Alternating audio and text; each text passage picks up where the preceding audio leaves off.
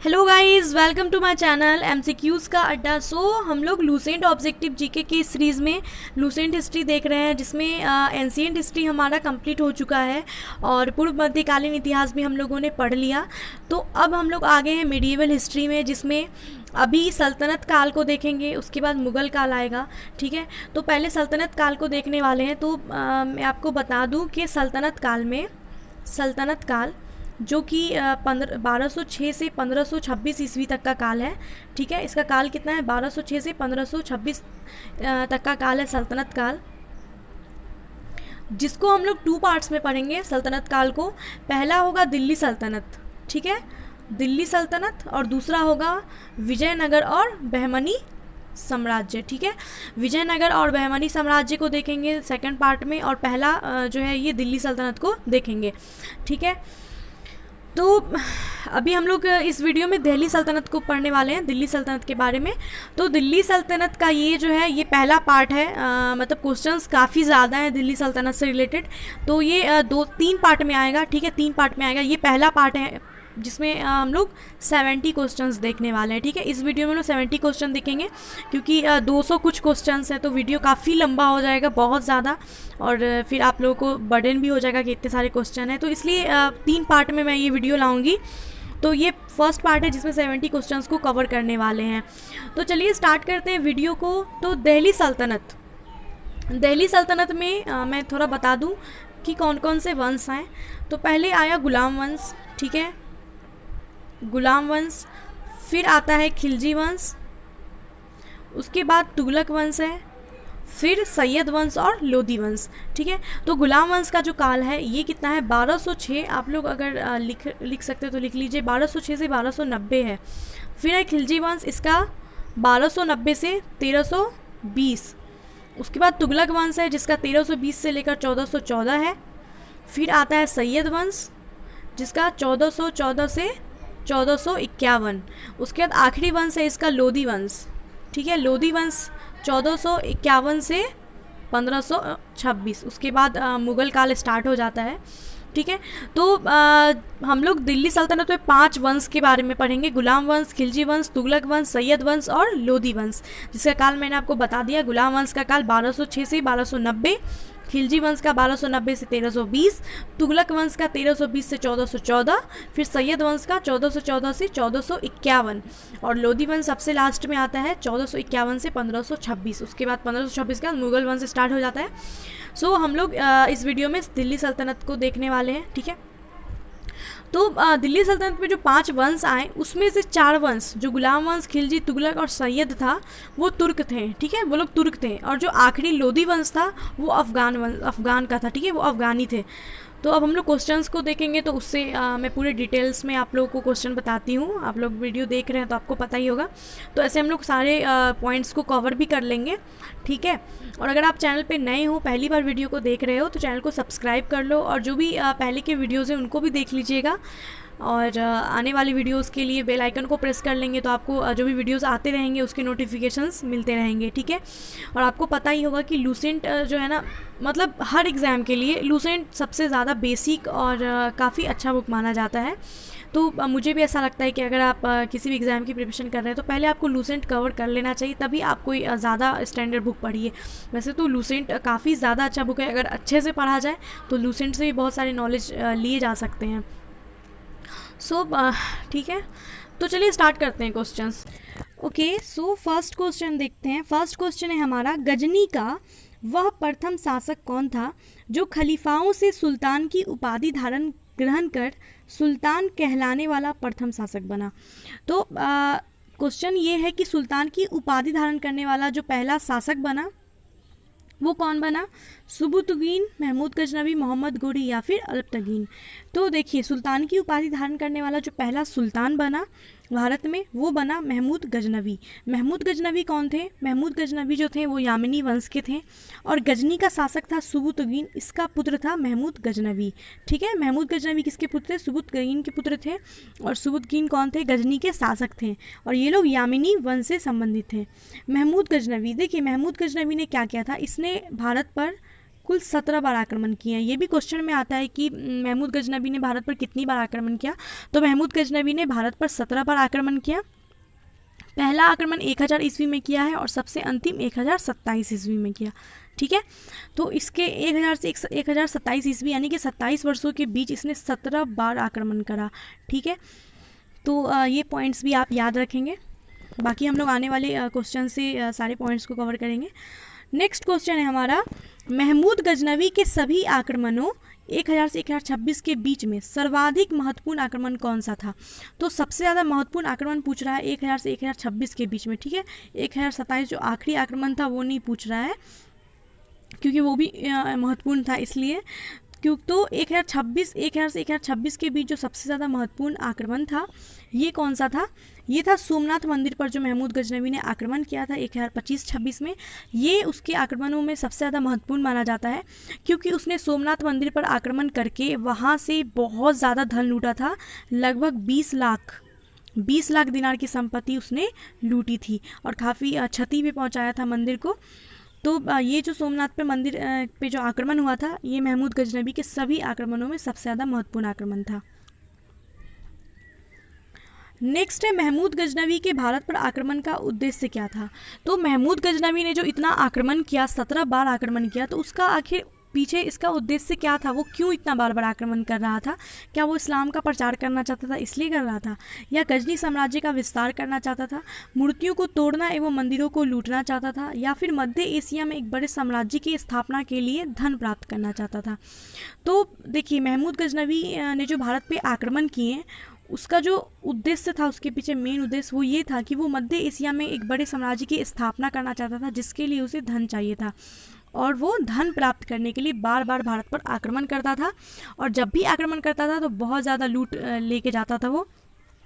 ठीक है, तो उसे धन प्राप्ति करनी थी, क्योंकि वो एक बड़े साम्राज्य की स्थापना करना चाहता था। ठीक है, नेक्स्ट क्वेश्चन है, महमूद गजनवी के भारत पर आक्रमण के समय भारत आए विद्वान अल बरूनी ने किस महत्वपूर्ण ग्रंथ की रचना की है? तो अल बरूनी जो कि महमूद गजनवी के साथ भारत आए थे, उन्होंने एक महत्वपूर्ण ग्रंथ की रचना की है जिसका नाम है किताबुल हिंद।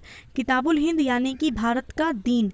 ठीक है, भारत का दीन नाम से ये किताबुल हिंद के नाम से एक ग्रंथ की रचना की अल बरूनी ने।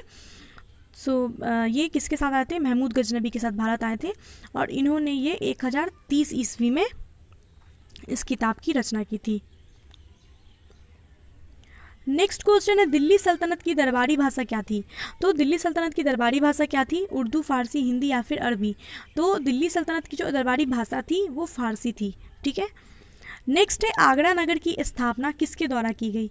तो आगरा जो है, आगरा शहर, इसकी स्थापना किसने की है? इसकी स्थापना की गई है सिकंदर लोदी के द्वारा। सिकंदर लोदी जो लोदी वंश का था, इसके द्वारा आगरा शहर को बसाया गया था 1504 ईस्वी में। 1504 ईस्वी में सिकंदर लोदी ने आगरा शहर को बसाया था, तो याद रखेंगे। नेक्स्ट क्वेश्चन है, निम्नलिखित में से वह दिल्ली का सुल्तान कौन था जिसकी मृत्यु चौगान या पोलो खेलते हुए हो गई थी? तो चौगान यानी पोलो खेलते हुए जिस सुल्तान की मृत्यु हुई थी, जिस दिल्ली सुल्तान की, वो कौन थे? वो थे कुतुबुद्दीन ऐबक। कुतुबुद्दीन ऐबक जो है ये 1210 ईस्वी में चौगान यानी कि पोलो खेलते हुए घोड़े से गिरने के कारण इनकी मौत हो गई थी। ठीक है, ये गेम हुआ करता था जो कि रियल में मतलब घोड़े पे बैठ के खेला जाता था, तो इसी में वो घोड़े से गिर गए थे और फिर ऐसा गिरे थे कि इनकी मृत्यु हो गई। ठीक है, तो चौगान या पोलो खेलते हुए घोड़े से गिरकर इनकी मृत्यु हो गई थी कुतुबुद्दीन ऐबक की। कब? 1210 ईस्वी में। और इनको दफनाया कहाँ गया? इनको लाहौर में दफनाया गया। ठीक है, नेक्स्ट क्वेश्चन है, कुतुबुल इस्लाम मस्जिद का निर्माण किसके द्वारा किया गया? कुतुबुल इस्लाम जो मस्जिद है ये दिल्ली में कुतुब मीनार के नज़दीक ही स्थित है। इस मस्जिद का जो निर्माण हुआ था ये किसने कराया था? ये कुतुबुद्दीन ऐबक ने कराया था। ठीक है, कुतुबुल इस्लाम मस्जिद के निर्माण किसने कराया? कुतुबुद्दीन ऐबक ने कराया। और ये जो मस्जिद है भारत में निर्मित पहली तुर्क मस्जिद है। ठीक है, ये पॉइंट याद रखिएगा कि या फिर ऐसे भी क्वेश्चन में पूछ सकता है कि भारत में निर्मित पहली तुर्क मस्जिद कौन सी है। ठीक है, तो आपको याद रहना चाहिए ये पॉइंट कि कुतुबुल इस्लाम जो मस्जिद है दिल्ली में वो भारत में निर्मित पहली तुर्क मस्जिद थी। ठीक है, इसका निर्माण किसने कराया? कुतुबुद्दीन ऐबक ने। नेक्स्ट क्वेश्चन देखते हैं, तराइन की पहली लड़ाई जो 1191 ईस्वी में हुई थी किसके बीच हुई थी? तो 1191 ईस्वी में हुई थी तराइन की पहली लड़ाई। ये किनके बीच हुई थी? ये लड़ाई हुई थी मोहम्मद गौरी और पृथ्वीराज चौहान के बीच। पृथ्वीराज तृतीय हैं, इनका नाम पृथ्वीराज चौहान है। तो इनके बीच हुई थी, मोहम्मद गौरी और पृथ्वीराज चौहान के बीच 1191 में तराइन की पहली लड़ाई हुई थी, जिसमें क्या हुआ था कि पृथ्वीराज चौहान जो है वो जीत गए थे, ठीक है, और मोहम्मद गौरी हार गया था। बाद में यही हुआ था कि पृथ्वीराज चौहान को लगा था, मतलब वो थोड़ा उन्हें लगने लगा था कि हम लोग तो ताकतवर हैं, हमने हरा दिया, और वो रिलैक्स हो गए थे। लेकिन बाद में क्या हुआ, 1192 ईस्वी में ये फिर से आता है मोहम्मद गौरी और आक्रमण करता है, और पूरी तैयारी के साथ आता है और पृथ्वीराज चौहान को हरा देता है, ठीक है। तो तराइन का जो दूसरा युद्ध हुआ था उसमें मोहम्मद गौरी जीत जाता है और पहले में कौन जीतता है? पृथ्वीराज चौहान। ऑप्शन बी हमारा राइट होगा। नेक्स्ट है, निम्नलिखित में से किस खलजी शासक ने दिल्ली के राज सिंहासन पर बैठने के लिए अपने ससुर की हत्या कर दी? तो मैंने बताया कि गुलाम वंश के बाद खिलजी वंश आता है। तो खिलजी वंश का वो कौन सा शासक था जो गद्दी पर बैठने के लिए उसने अपने ससुर की हत्या कर दी थी? तो वो शासक था, कौन था वो शासक? वो था अलाउद्दीन खिलजी। अलाउद्दीन खिलजी जो है, इसने मतलब खिलजी वंश का संस्थापक, पहले थोड़ा खिलजी वंश के बारे में, खिलजी वंश के जो संस्थापक थे वो थे जलालुद्दीन खिलजी। खिलजी वंश के संस्थापक कौन थे? जलालुद्दीन खिलजी थे। और ये अलाउद्दीन खिलजी के चाचा भी थे और ससुर भी थे। इनके मतलब कज़िन सिस्टर के साथ शादी हुई थी। जलालुद्दीन खिलजी के भतीजे थे अलाउद्दीन खिलजी। तो अलाउद्दीन, क्वेश्चन में यहाँ पे सिर्फ ससुर दिया है, क्वेश्चन में ये भी रहता है कि ससुर या चाचा ऐसे भी हो सकता है कि चाचा की हत्या करके बैठ गया था। तो ये पॉइंट भी याद रखिए कि ससुर और चाचा दोनों ही थे जलालुद्दीन खिलजी, अलाउद्दीन खिलजी के। तो अलाउद्दीन खिलजी ने जलालुद्दीन खिलजी की हत्या करके खुद राज सिंहासन पे बैठा था वो। ऑप्शन डी हमारा राइट हो जाएगा। और इसने ये हत्या कब की थी? तो अलाउद्दीन खिलजी ने यह हत्या 1296 ईस्वी में करी थी, ठीक है। चलिए नेक्स्ट है, रजिया सुल्तान किसकी बेटी थी? रजिया सुल्तान जो कि भारत की पहली मुस्लिम महिला शासिका रजिया सुल्तान है, ये किसकी बेटी थी? तो रजिया सुल्तान थी अल्तुतमिश की बेटी। ओके, अल्तुतमिश की बेटी थी रजिया सुल्तान। ओके, तो नेक्स्ट क्वेश्चन अब हम लोग देखते हैं, मोहम्मद गौरी विजित प्रदेशों की देखभाल के लिए निम्नलिखित में से किस विश्वसनीय जनरल को छोड़कर गया था? तो मोहम्मद गौरी ने भारत में जितने भी प्रदेशों को जीता था उसकी देखभाल करने के लिए उसने एक जनरल को छोड़ा था जो कि उसका गुलाम था, ठीक है, और वो खुद वापस चले गए थे। तो भारत में उसने जितने भी प्रदेशों को जीता उसके लिए किसे जनरल बना करके वो छोड़ के गए थे? तो कुतुबुद्दीन ऐबक को गए थे, जो कि मोहम्मद गौरी का गुलाम था। और फिर कुतुबुद्दीन ऐबक ने क्या किया था? गुलाम वंश की स्थापना की थी, ठीक है, 1206 ईस्वी में, है ना। तो ये मोहम्मद गौरी ने किसे छोड़ा था? कुतुबुद्दीन ऐबक को छोड़ा था।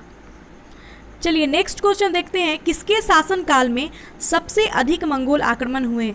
तो मंगोलों ने जो सबसे ज़्यादा अधिक आक्रमण किया, ये किसके शासनकाल में किया है? तो मंगोलों का सबसे अधिक आक्रमण हुआ अलाउद्दीन खिलजी के टाइम पे। अलाउद्दीन खिलजी का शासनकाल है 1296 में। उसने अलाउद्दीन खिलजी ने अपने चाचा और ससुर जलालुद्दीन खिलजी को मारा था, हत्या करके खुद गद्दी पे बैठ गए थे।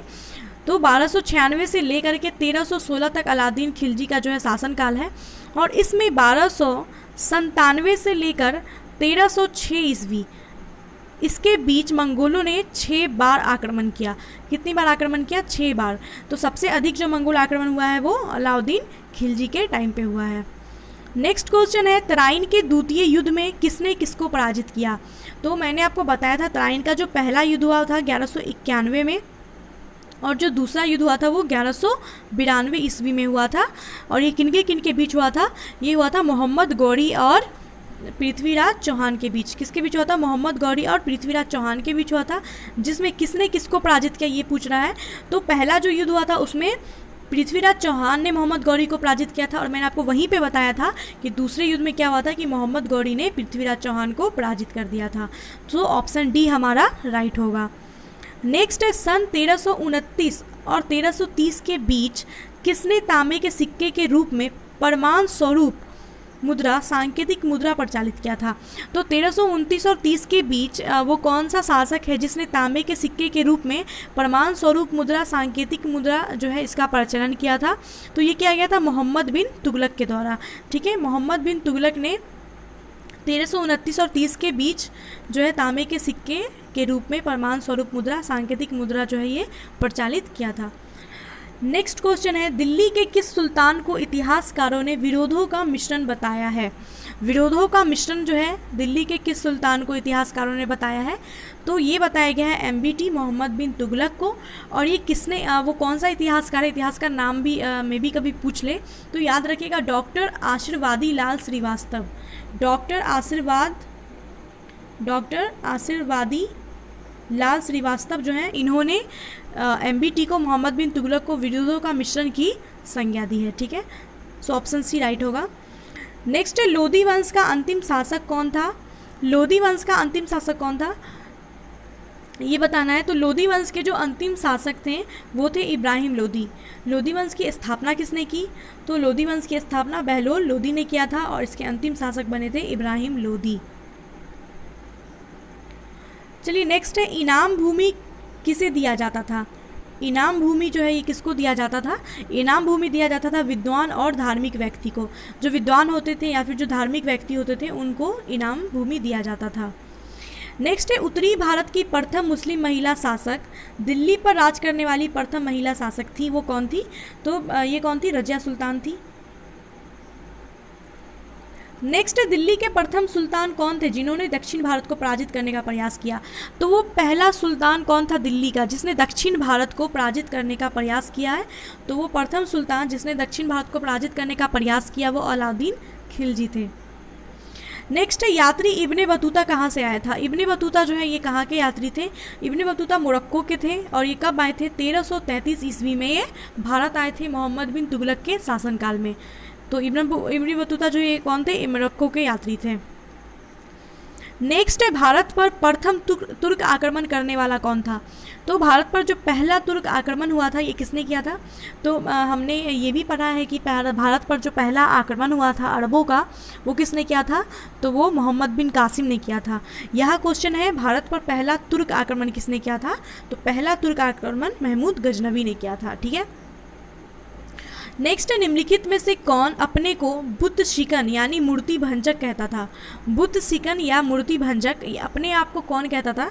ये महमूद गजनवी अपने आप को बुद्ध शिकन या मूर्ति भंजक कहते थे। ठीक है, नेक्स्ट क्वेश्चन है महमूद गजनवी ने कौन सी उपाधि धारण की? महमूद गजनवी ने जो है कौन कौन सी उपाधि धारण की थी? तो महमूद गजनवी ने जो उपाधि धारण की उनमें यामीन उद दौला यानी कि साम्राज्य का दाहिना हाथ और अमीन उल मिल्लत मुसलमानों का संरक्षण, ये दोनों उपाधियां महमूद गजनवी ने धारण किया था। सो ऑप्शन सी राइट होगा, यामीन उद दौला यानी साम्राज्य का दाहिना हाथ और अमीन उल मिल्लत मुसलमानों का संरक्षक। नेक्स्ट है महमूद गजनवी ने भारत में प्रथम आक्रमण किस राज्य के विरुद्ध किया था? महमूद गजनवी का जो पहला आक्रमण हुआ था ये मैंने बताया था 1000 ईस्वी में किया था इन्होंने। ये किस राज्य के विरुद्ध किया था? तो महमूद गजनवी का जो पहला आक्रमण था ये किया था इसने हिंदू शाही या ब्राह्मण शाही इसके विरुद्ध किया था। ठीक है, हिंदू शाही या ब्राह्मण शाही के विरुद्ध किया था। आगे वाले क्वेश्चन में हम लोग हिंदू शाही के बारे में भी देखेंगे डिटेल्स में। देखिए नेक्स्ट क्वेश्चन आ गया, हिंदू शाही राज्य की राजधानी कौन सी थी? हिंदू शाही राज्य जहाँ पे महमूद गजनवी ने पहला आक्रमण अपना किया था उसकी राजधानी कहाँ थी? तो हिंदू शाही की राजधानी थी उद्भांडपुर ओहिंद या वहिंद बोलते हैं, ये थी। कहाँ थी? उद्भांडपुर ओहिंद या वहिंद। महमूद गजनवी ने भारत में अपना अंतिम आक्रमण किसके विरुद्ध किया था? तो मैंने बताया था पहला आक्रमण 1000 ईस्वी में किया था और अंतिम जो था वो 1027 ईस्वी में हुआ था। सो ये किसके विरुद्ध हुआ था? उनका अंतिम विद्रोह वो हुआ था जाटों के विरुद्ध। ठीक है, जाटों के विरुद्ध जो है महमूद गजनवी ने भारत में अपना अंतिम विद्रोह किया था। नेक्स्ट है हिंदू शाही राज्य का कौन सा शासक तुर्कों से बार बार पराजित होने के कारण ग्लानिवश आत्मदाह कर लिया था? तो हिंदू शाही राज्य का वो कौन सा शासक था जो तुर्कों से बार बार पराजित होने के कारण उसने जो है आत्मदाह कर लिया था? तो वो शासक था जयपाल। जयपाल जो है ये लगातार पराजयों से क्षुब्ध होकर के इसने अपने पुत्र को आनंद पाल को अपना उत्तराधिकारी बना दिया और स्वयं जो है वो अग्नि में जलकर आत्मदाह कर लिया था। तो ये बार बार तुर्कों से पराजित होने के कारण इन्होंने क्या किया था? अपने पुत्र आनंद पाल को उत्तराधिकारी बनाया और स्वयं अग्नि में जल करके आत्मदाह कर लिया था। तो ये जयपाल थे। नेक्स्ट है महमूद गजनी किस वंश का था? महमूद जो गजनवी था किस वंश का था? मैंने पहले इंट्रो में ही बताया था आपको कि वो यामनी वंश के थे। नेक्स्ट है महमूद गजनवी के साथ भारत आने वाले इतिहासकारों में कौन शामिल नहीं था? तो महमूद गजनवी के साथ जो इतिहासकार आए थे उनमें कौन शामिल नहीं था? तो महमूद गजनवी के इतिहासकारों में जो उनके साथ भारत, देखिए यहाँ क्वेश्चन है भारत आने वाले इतिहासकारों में कौन शामिल नहीं था। तो यहाँ पे मैं एक चीज़ बताती हूँ, उसको याद रखिएगा कि भारत आने वाले इतिहासकारों में कौन शामिल नहीं था, ये क्वेश्चन पूछ रहा है। तो वो जो है फिरदौसी, जो शाहनामा के लेखक हैं, ये महमूद गजनवी के साथ भारत आने वाले इतिहासकारों में शामिल नहीं थे। ऑप्शन ए राइट होगा। लेकिन महमूद गजनवी के दरबारियों के बारे में बात करें, अगर दरबारी इतिहासकारों के बारे में, तो उसमें फिरदौसी थे। ठीक है, फिरदौसी जो थे वो महमूद गजनवी के दरबारी इतिहासकार थे। लेकिन यहाँ क्वेश्चन कर रहा है कि भारत आने वाले इतिहासकारों में शामिल नहीं थे ये। ठीक है, ये महमूद गजनवी के साथ भारत नहीं आए थे। सो ऑप्शन ए राइट होगा। अगर क्वेश्चन पूछ ले कि महमूद गजनवी के दरबार में कौन कौन थे या नहीं थे, तो उसमें आप लोग ये नहीं सोचेगा कि फिरदौसी नहीं होगा। फिरदौसी जो है ये महमूद गजनवी के दरबार में थे। ठीक है, तो प्रश्न के हिसाब से कि प्रश्न में है भारत आने वाले इतिहासकारों में कौन नहीं था, तो वो शाहनामा के लेखक फिरदौसी नहीं थे, ये महमूद गजनवी के साथ भारत नहीं आए थे। इन्होंने कौन सा लिखा था ग्रंथ? शाहनामा। अलबरूनी का हम लोग देख चुके हैं, किताबुल हिंद, उतबी का तारीख़ यामिनी, वहाकी का तारीख़ सुबुतगीन। ये चारों जो हैं ये महमूद गजनवी के दरबारी कवि इतिहासकार हैं। नेक्स्ट है महमूद गजनवी के आक्रमण के परिणाम स्वरूप कौन सा शहर फारसी संस्कृति का केंद्र बन गया? तो महमूद गजनवी के आक्रमण के बाद, यानी आक्रमण के परिणाम स्वरूप क्या हुआ कि फारसी संस्कृति का केंद्र बन गया। वो कौन सा शहर बन गया था? तो लाहौर बन गया था। लाहौर जो ये फारसी संस्कृति का केंद्र बन गया। नेक्स्ट है निम्नलिखित में से किसने ढोल की तेज आवाज़ के साथ एक महिला का अपने पति की चिता के साथ स्वतः को जला लेने के दृश्य का भयानक चित्रण किया है? तो वो कौन से लेखक हैं, इतिहासकार हैं, जिन्होंने जो है एक महिला का अपने पति के चिता के साथ स्वयं को जला लेने के दृश्यों का भयानक चित्रण किया है? तो ये किया है इब्ने बतूता ने। इब्ने बतूता जो मोरक्को यात्री हैं, इन्होंने अपनी पुस्तक रेहला में इसकी जानकारी दी है। इब्ने बतूता की पुस्तक है रेहला, इसी में इन्होंने इसकी जानकारी दी है। एक महिला जो है अपने पति के चिता में स्वयं जल के, और इसका भयानक चित्रांकन भी किया है। ठीक है, नेक्स्ट है भारत में मुस्लिम राज का संस्थापक किसको माना जाता है? भारत में मुस्लिम राज का संस्थापक माना जाता है मोहम्मद गौरी को। ठीक है, मुस्लिम आक्रमणकारी बहुत सारे आए मुस्लिम इसमें भारत में। पहले मोहम्मद बिन कासिम आए, फिर गजनवी भी थे, गौरी आए, लेकिन मुस्लिम राज का जो संस्थापक माना जाता है वो मोहम्मद गौरी को माना जाता है। मोहम्मद गौरी जो कि 1175 से 1206 तक भारत पर कई बार आक्रमण किया तथा इसने मुस्लिम शासन की जो है आधारशिला रखी। तो 1175 से 1206 तक इसने आक्रमण किया और मुस्लिम शासन की आधारशिला रखी, क्योंकि 1206 में ये कुतुबुद्दीन ऐबक को जनरल बना करके चला गया था और फिर कुतुबुद्दीन ऐबक ने गुलाम वंश की स्थापना की। ऐसे दिल्ली सल्तनत आगे बढ़ता गया। तो मुस्लिम राज का जो संस्थापक माना जाता है वो मोहम्मद गौरी को माना जाता है। नेक्स्ट है किसने इक्तादारी प्रथा चलाई है? इक्तादारी प्रथा ये किसके द्वारा चलाया गया? इक्तादारी प्रथा चलाया गया इल्तुतमिश के द्वारा। ई से याद रखिएगा, इक्तादारी इल्तुतमिश, है ना। नेक्स्ट है लाख बख्श के नाम से जाना जाने वाला भारतीय शासक कौन था? तो लाख बख्श के नाम से किसको जाना जाता है? लाख बख्श के नाम से जाना जाता है कुतुबुद्दीन ऐबक को। लाख बख्श का मतलब क्या है? लाखों में दान देने वाला। कुतुबुद्दीन ऐबक जो है ये काफ़ी खुले दिल के थे, काफ़ी ज़्यादा दान देते थे, लाखों में दान देते थे, इसलिए इनको लाख बख्श की उपाधि दी गई थी। तो कुतुबुद्दीन ऐबक को लाख बख्श के नाम से जाना जाता है।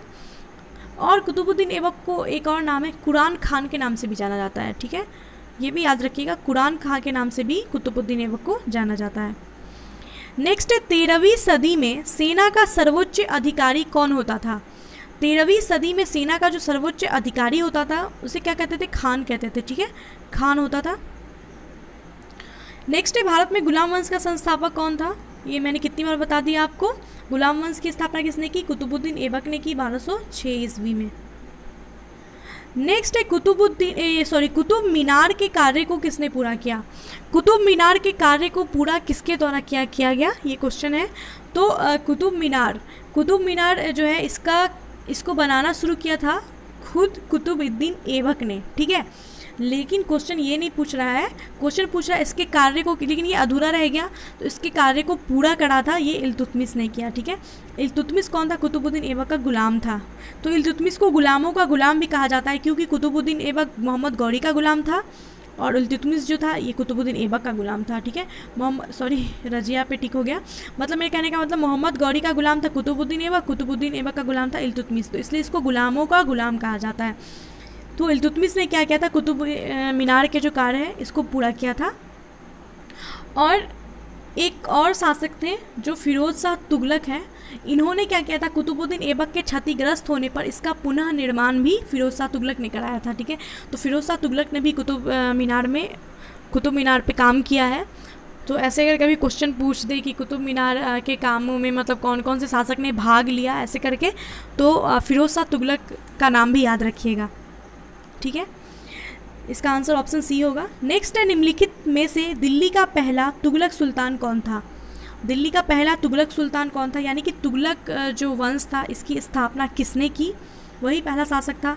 तो वो थे गयासुद्दीन तुगलक। गयासुद्दीन तुगलक ने तुगलक वंश की स्थापना की और वो पहले तुगलक सुल्तान बने। अंतिम कौन थे, अंतिम थे नसरुद्दीन महमूद तुगलक। नसरुद्दीन महमूद तुगलक जो है वो अंतिम तुगलक शासक थे। नेक्स्ट क्वेश्चन है, पंजाब के हिंदू शाही राजवंश को किसने स्थापित किया। तो जो हिंदू शाही राजवंश था इसको स्थापित किसने किया था, कल्लर ने किया था। कल्लर ने पंजाब के जो हिंदू शाही राजवंश है इसको स्थापित किया था। कल्लर जो है ये कल्लर ब्राह्मण मंत्री था जो कि कश्मीर के शाही वंश के अंतिम शासक लगतुर्मान, नाम याद रखेंगे, लगतुर्मान को हरा करके हिंदू शाही राजवंश की नींव डाली थी। तो कश्मीर के शाही वंश के जो शासक थे, अंतिम शासक हुए लगतुर्मान, इसने मतलब हटाया, पराजित करके हिंदू शाही राजवंश की नींव डाली थी कल्लर ने। ये कौन था, ब्राह्मण था, ब्राह्मण मंत्री था, कश्मीर के शाही वंश के जो शासक थे उसका मंत्री था ये, और इसने उनको मार करके हटा करके खुद हिंदू शाही राजवंश की नींव डाली थी। नेक्स्ट है, वह रोमन सम्राट अगस्त की भांति सावधान था कि वह दूसरों की तरफ शक्तिशाली न लगे और वह दूसरों के स्तर से अधिक न लगे। यह संदर्भ किसका है, तो ये जो किसके संदर्भ में ये कथन कहा गया है कि वो दूसरों की तरह शक्तिशाली नहीं लगना चाहता था और दूसरों के स्तर से अधिक भी मतलब नहीं लगना चाहता था। तो ये किसके बारे में ये कथन कहा गया, ये कथन कहा गया है बहलोल लोदी के बारे में, ठीक है। बहलोल लोदी के बारे में के संदर्भ में ये कहा गया है कि वो जो है अगस्त की भांति सावधान था, वो दूसरों की तरह शक्तिशाली ना लगे और वो दूसरों के स्तर से अधिक ना लगे। ये संदर्भ बहलोल लोदी के संदर्भ में कहा गया है। नेक्स्ट है, अल बिरूनी किसके शासनकाल में इतिहासकार था। अल बिरूनी किसके शासनकाल में इतिहासकार था, अल बिरूनी आया था महमूद गजनवी के साथ भारत, और ये महमूद गजनवी का जो है दरबारी इतिहासकार था। तो ये किसके इतिहासकार थे, महमूद गजनवी के। ओके, नेक्स्ट देखते हैं, सूची 1 को सूची 2 से सुमेलित करना है। किनके बारे में कौन सा कथन कहा गया है जो किससे मैच करता है वो बताना है। निज़ामुद्दीन औलिया। निज़ामुद्दीन औलिया कौन थे, निज़ामुद्दीन औलिया सूफ़ी संत थे, इनका नाम सुना होगा आप लोगों ने। निज़ामुद्दीन औलिया जो है एक सूफ़ी संत थे। मलिक कफ़ूर, मलिक कफ़ूर को 1000 दिनारी भी कहलाते, मलिक कफ़ूर जो इनको ये 1000 दिनारी भी कहे जाते हैं, मतलब इनका एक नाम भी है, 1000 दिनारी के नाम से भी इनको जाना जाता है मलिक कफ़ूर को। अलाउद्दीन खिलजी, अलाउद्दीन खिलजी जिन्होंने नियंत्रित दाम व राशन की शुरुआत की। नियंत्रित दाम और राशन की शुरुआत किसने की, अलाउद्दीन खिलजी ने की। जलालुद्दीन फिरोज़ खिलजी, इसने दास राजवंश को उखाड़ फेंका था। सो ऑप्शंस मिलाएंगे, ए का 2, बी का 4, सी का 1 एंड डी का 3। ए का 2, बी का 4, सी का 1 एंड डी का 3, ऑप्शन ए राइट होगा। सो निज़ामुद्दीन औलिया सूफ़ी संत, मलिक कफ़ूर 1000 दिनारी भी कहलाते थे, अलाउद्दीन खिलजी नियंत्रित दाम व राशन की शुरुआत की, और जलालुद्दीन फिरोज़ खिलजी ने दास राजवंश को उखाड़ फेंका।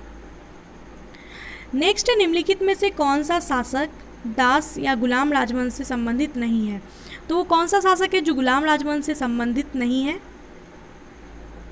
संबंधित है, वो कौन सा शासक है जो गुलाम राजवंश से संबंधित है, तो वो इल्तुतमिश है, ठीक है।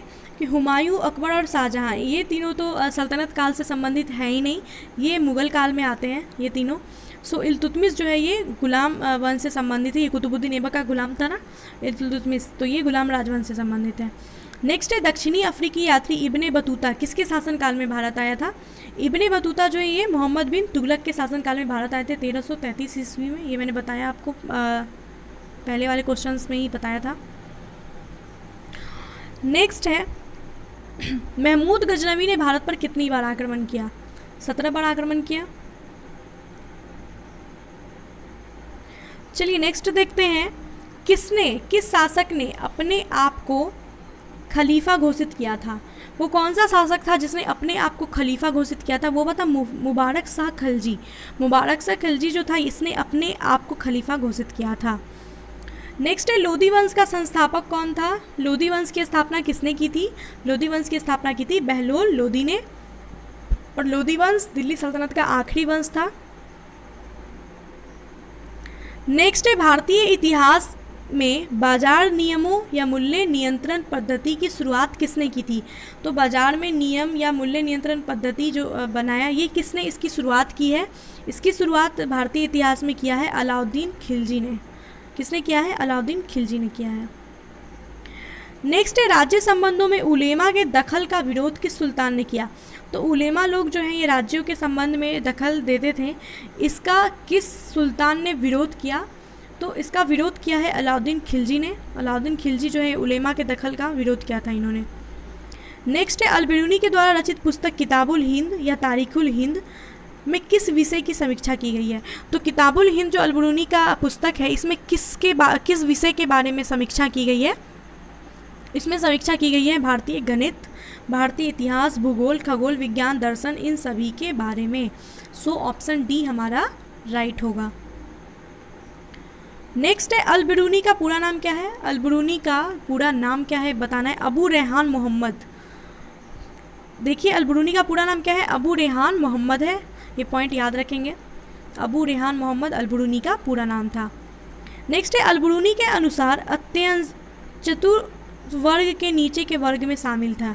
मतलब अल-बिरूनी के अनुसार, अल-बिरूनी जो इतिहासकार थे उनके अनुसार जो सबसे नीचे वर्ग में शामिल थे वो कौन कौन थे?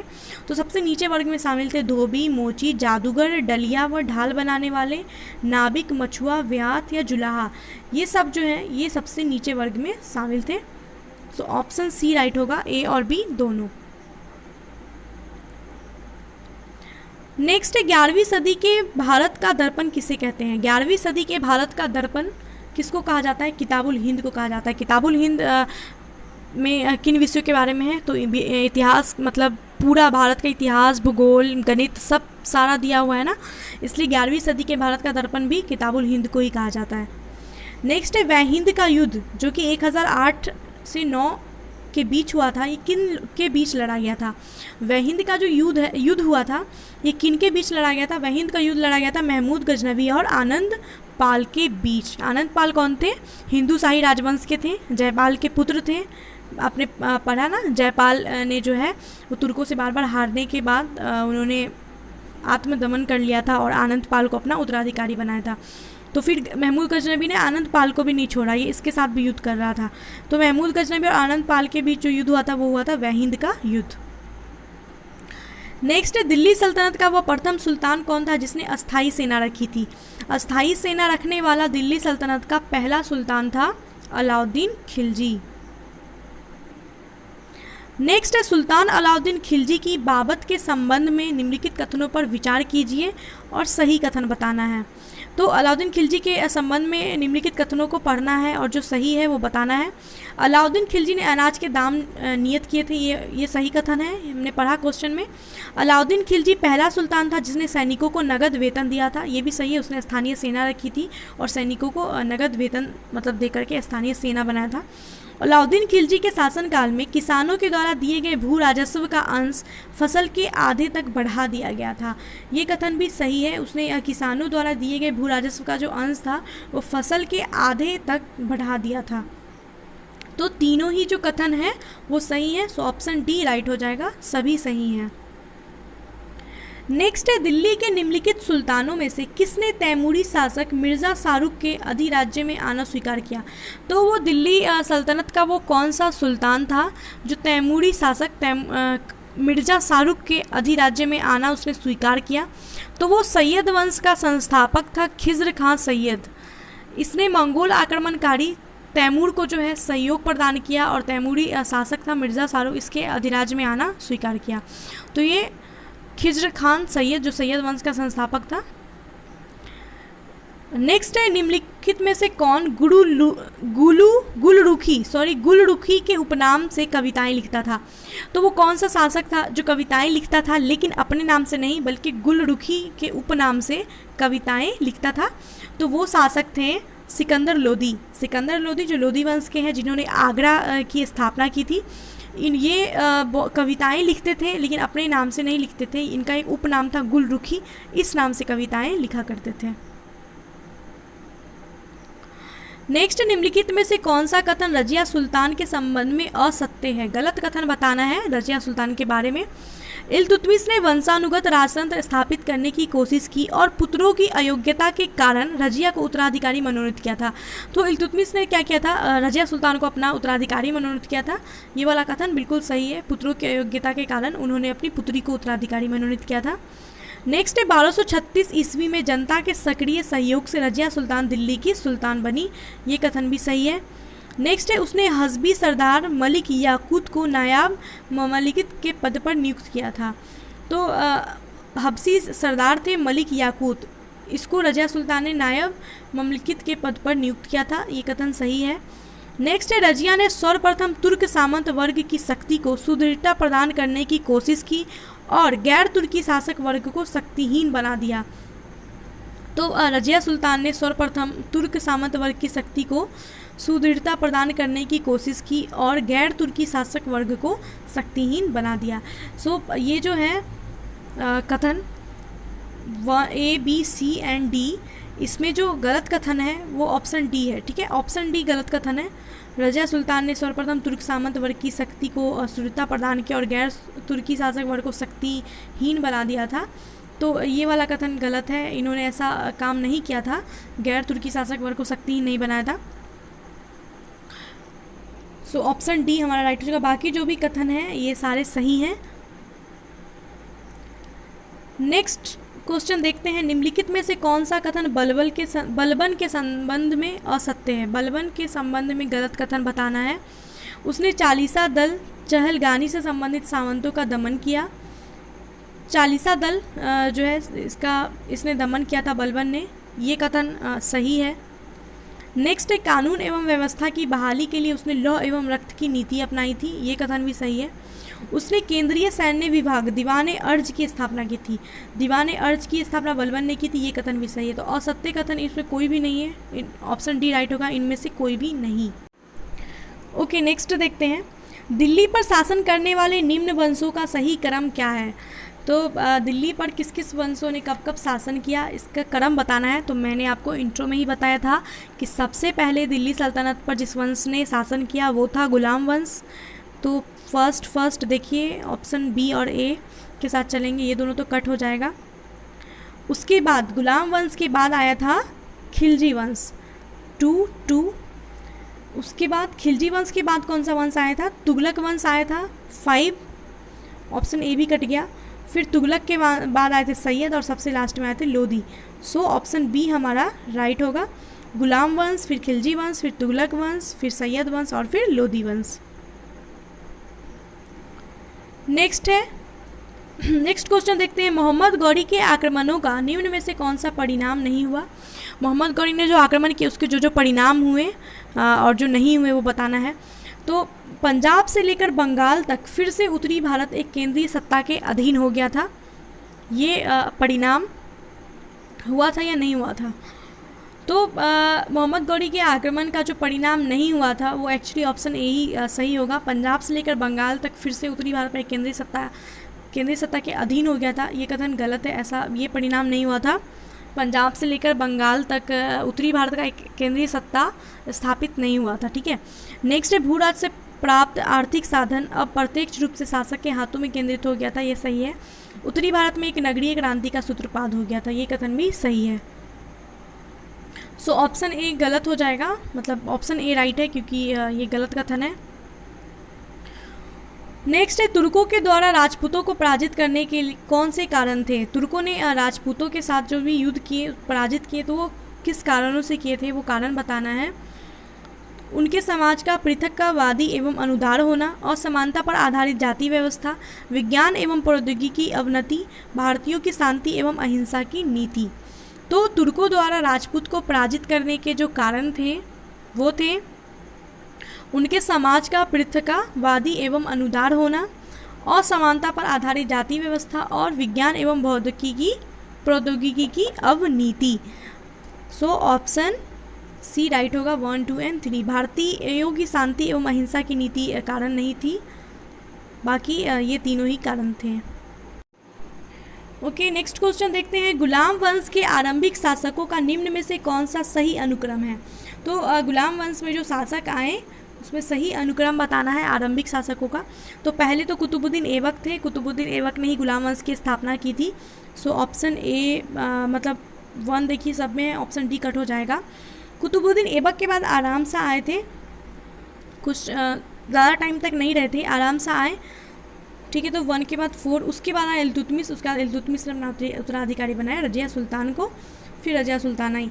सो ऑप्शन बी हमारा राइट हो जाएगा 1, 4, 2 एंड 3। कुतुबुद्दीन ऐबक, फिर आराम शाह, फिर इल्तुतमिश, उसके बाद रजिया सुल्तान। नेक्स्ट है अलाई दरवाज़ा निम्न में से किसका मुख्य द्वार है? अलाई दरवाज़ा जो है ये किसका मुख्य द्वार है? कुतुब मीनार का मुख्य द्वार है अलाई दरवाज़ा। नेक्स्ट है निम्नलिखित को सुमेलित करना है। हिंदुओं द्वारा दिया जाने वाला भूमि कर क्या कहलाता था? हिंदू के द्वारा जो भूमि कर दिया जाता था वो क्या कहलाता था? उसे खराज कहते थे। युद्ध की लूट में राज्य का 1/5 हिस्सा, युद्ध में जो लूट होता था उसका 1/5 हिस्सा जो दिया जाता था उसको क्या कहते थे? उसको कहते थे खुम्स। मुस्लिमों के द्वारा दिया जाने वाला भूमि कर वो क्या कहलाता था? जो मुस्लिम जो भूमि कर देते थे उसको उस्र कहा जाता था, और मुस्लिमों पर लगने वाला धार्मिक कर वो कहलाता था जकात, ठीक है। तो हिंदुओं के द्वारा जो भूमि कर दिया जाता था उसको खराज कहते थे, युद्ध में जो लूट होता था उसको कहते थे खुम्स, और मुस्लिमों के द्वारा दिया जाने वाला भूमि कर उस्र कहलाता था, और मुस्लिमों पर लगने वाला धार्मिक कर जकात कहलाता था, ठीक है। तो ए का 2, बी का 1, सी का 3 एंड डी का 4, ऑप्शन ए राइट होगा। नेक्स्ट है इब्राहिम लोदी के बारे में कौन सा कथन सत्य नहीं है? इब्राहिम लोदी के बारे में गलत कथन बताना। इब्राहिम लोदी क्रूर एवं निरंकुश शासक था, ये सही है। अफ़गान अमीरों की खिलाफत करता था, ये भी कथन सही है। महान निर्माता एवं कला पुजारी था, ऐसा नहीं था, ऑप्शन सी ही राइट होगा क्योंकि ये कथन गलत है। दौलत खान ने काबुल के शासक बाबर को इब्राहिम लोदी को हराने के लिए बुलाया था। तो इब्राहिम लोदी जो कि दिल्ली सल्तनत का सबसे आखिरी वंश था, लोदी वंश, जिसका सबसे अंतिम राजा था इब्राहिम लोदी। उसके बाद ही बाबर आया था, फिर बाबर ने इब्राहिम लोदी को हरा करके फिर मुग़ल वंश की नींव डाली थी। तो दौलत खान ने बाबर को ही बुलाया था इब्राहिम लोदी को हराने के लिए, तो ये भी कथन सही है। गलत कथन क्या है? महान निर्माता एवं कला पुजारी नहीं थे इब्राहिम लोदी, ये कथन गलत है। नेक्स्ट है अमीर खुसरो के संबंध में कौन सा कथन सही है बताना है। अमीर खुसरो के संबंध में जो कथन सही हैं उनको बताएंगे। वे सूफ़ी संत शेख निज़ामुद्दीन औलिया के शिष्य थे। तो अमीर खुसरो जो थे ये सूफ़ी संत शेख निज़ामुद्दीन औलिया के शिष्य थे, ये कथन सही है। वे जलालुद्दीन फ़िरोज़ खिलजी के दरबारी कवि थे, ये भी सही है, जो खिलजी वंश के संस्थापक थे। नेक्स्ट है उन्होंने भारतीय वाद्य यंत्र वीणा एवं ईरानी वाद्य यंत्र तंबूरा के मिश्रण से सितार का आविष्कार किया था, ये भी कथन सही है। सितार का आविष्कार अमीर खुसरो ने ही किया था, भारतीय वाद्य यंत्र वीणा और ईरानी वाद्य यंत्र तंबूरा के मिश्रण से, ये कथन भी सही है। उन्होंने ख्याल गायकी का आविष्कार किया था, ये कथन भी सही है। तो चारों ही कथन सही हैं, ऑप्शन ए राइट होगा 1, 2, 3 एंड 4। नेक्स्ट है दिल्ली सल्तनत के पतन के लिए निम्न में से कौन से कारण उत्तरदायी है? तो दिल्ली सल्तनत का पतन होना किस कारण से हुआ ये बताना है। दुर्बल प्रशासन, तैमूर का आक्रमण, अधिग्रहण की स्पष्ट नीति का अभाव या मिश्रित संस्कृति का उदय। तो दिल्ली सल्तनत के पतन का जो कारण था वो दुर्बल प्रशासन, ठीक है, इब्राहिम लोदी के टाइम पे प्रशासन जो है वो दुर्बल हो गया था।